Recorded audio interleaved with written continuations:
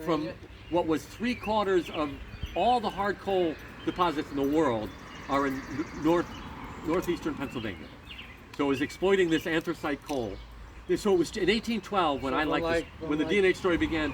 It was cheaper to ship coal across the Atlantic Ocean. We bought from the Brits. So like the Scranton area, Well, no, we were buying British coal because we didn't have transportation infrastructure. We didn't have the Roman roads. We had Native American trails. We had largely one-way waterways. The Hudson River is actually a tidal estuary. It's a two-way waterway, but you better time it right. Hey, go with the tide, people. Go with the tide. So what was the lifespan of the canal? It ran 70 years as a coal company.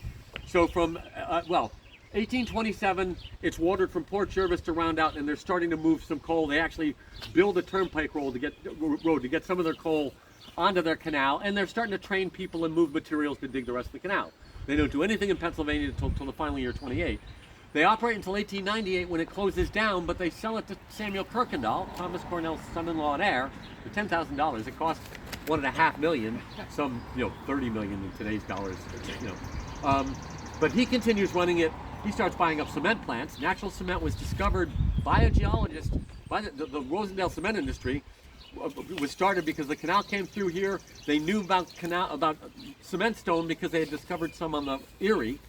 So that's an industry that they foster. So the D&H Canal runs until 1917, shipping mainly cement. And all the secondary sources have got that date wrong, but we have something in our archive that makes it clear it was operating through 1917. And that was, now all of a sudden America enters the First World War, so anybody who was working in the cement industry was gone, and the largest consolidated cement company closes then.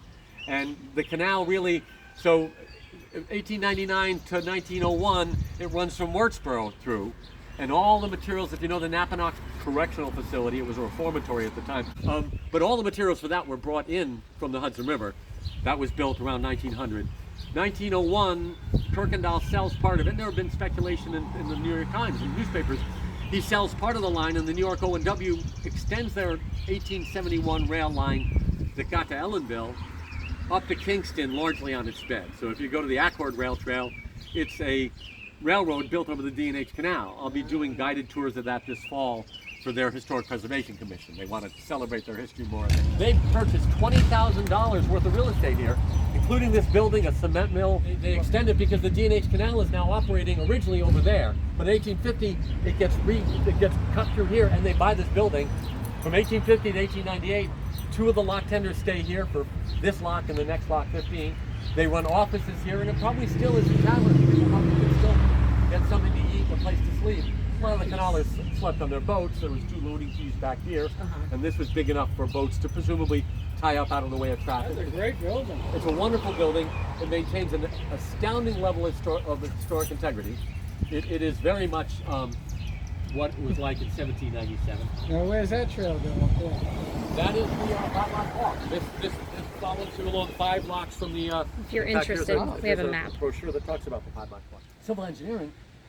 West Point doesn't open, it opens under Thomas Jefferson, the 18-aughts, but it's really learning engineering for military purposes.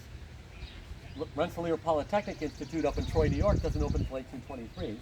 The very first civil engineering degree in America is given by Union College in Schenectady in 1843 or 44, I think it's 44. Prior to that, you learn by doing. So a lot of the Erie Canal guys, they go over to England and study in canal engineering. There wasn't you didn't go to a school. You walked around and you talked to guys and you looked and said, oh, that's how that works. So people that trained on the Erie then disseminated. Benjamin Wright, Judge Wright, he was a surveyor who became an engineer. Probably didn't study engineering either, but he was the most famous engineer. He's the father of American civil engineering. But it was he and his acolytes, people like John Jervis, James McEntee. Port Jervis? Yes, Port Jervis was named for John Jervis, the second chief engineer of the D&H Canal. And a lot of the towns along the canal route were named for luminaries and people. This one went to Rondout. Its ultimate goal was to get coal to New York City. Oh, what? Oh. 3/4 of all the world's hard coal deposits are located in northeastern Pennsylvania. Right. And so it was that anthracite coal. So The story of the D&H Canal starts with the War of 1812 because we were importing our coal from England. It was cheaper to ship across the Atlantic Ocean than by land in America in 1812.